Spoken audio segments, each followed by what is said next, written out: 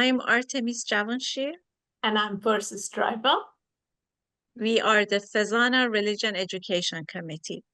This is the eighth in a series of short videos related to several Gothic concepts, ideas, and beliefs.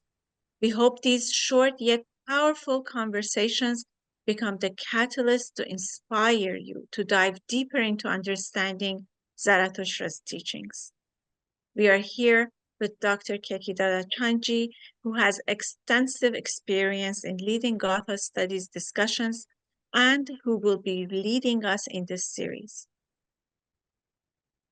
Keki, as you know, we are Fezana Religion Education Committee, and so we have a keen interest in teaching Zarathustra's message. Would you say something about the importance of teaching the Gathas in Zoroastrian practice? Sure. Zarathustra's mission on this earth is clearly outlined in Heart 29 of the Gathas.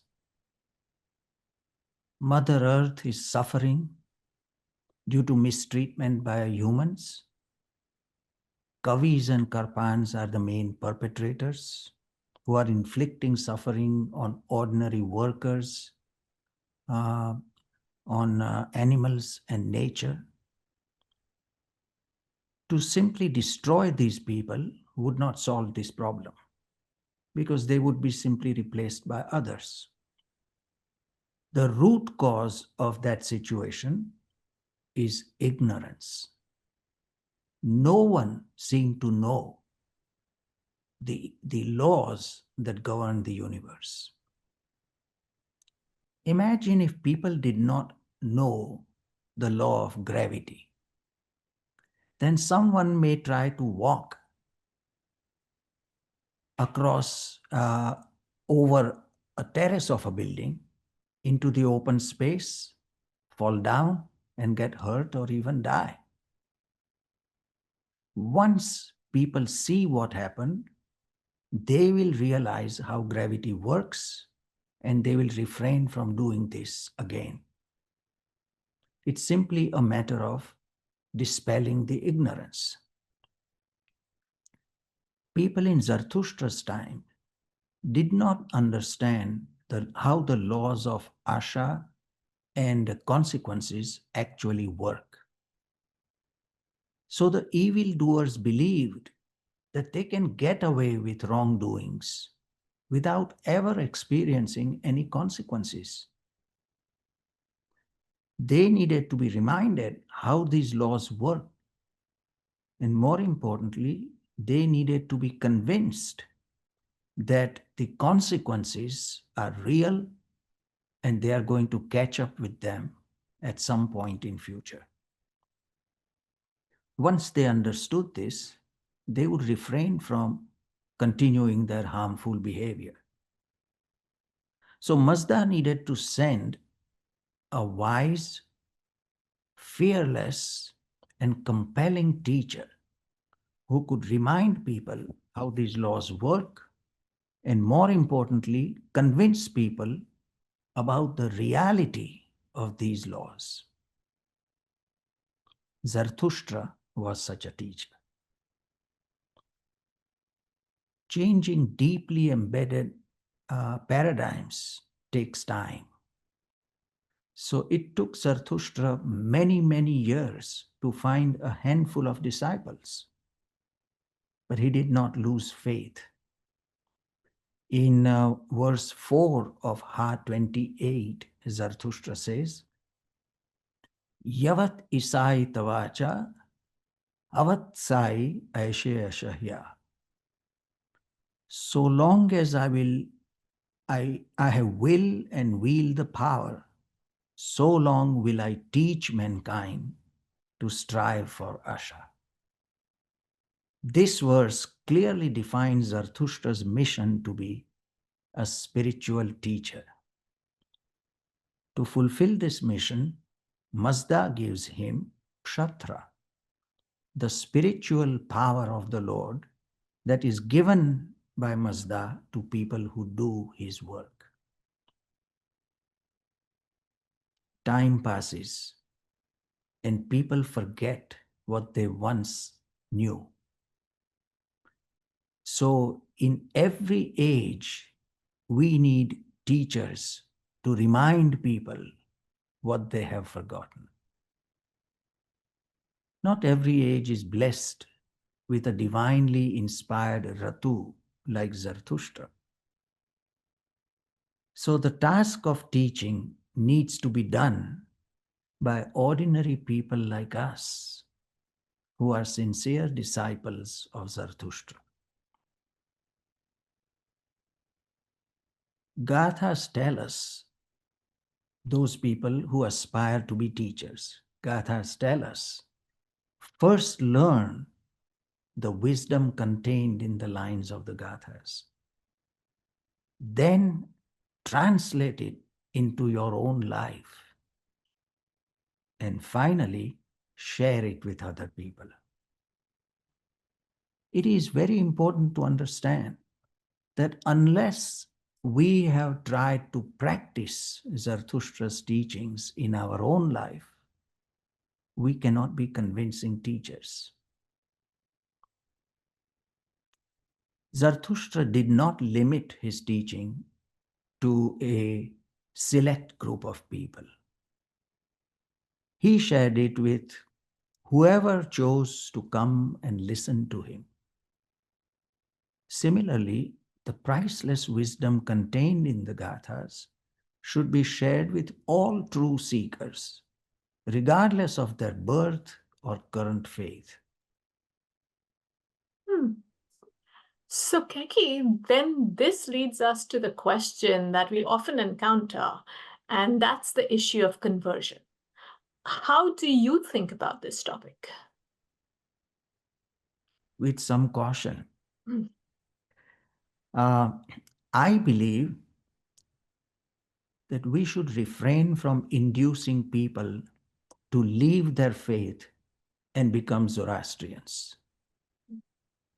We should refrain from proselytizing. We should tell Hindus to be good Hindus. We should tell Christians to be good Christians. However, if after learning the teachings of Zarathustra and after reflecting on them with a clear mind, if someone comes to us and says that he or she wants to follow Zarathustra's path, in other words, wants to become a Zarathushti, I don't think it is our place to say, no, you can't do that. The question arises as to how this person's commitment to Zarathustra's teachings is acknowledged and formalized. No one can prevent a person from translating Zarathustra's teaching into his or her daily living, live by the laws of asha and consequences. There is no way to do that. But for many people, that is not enough. They want to make a public declaration of their faith through a ritual such as Navjot or Sudre Pushi. This has met with considerable resistance from current Zoroastrian community, particularly in India. I must admit that I don't quite understand the grounds for such resistance. There is certainly nothing in the Gathas that would suggest such prohibition. We need to remember that in Zarathustra's own times, every person who freely chose to follow Zarathustra was born in a different faith.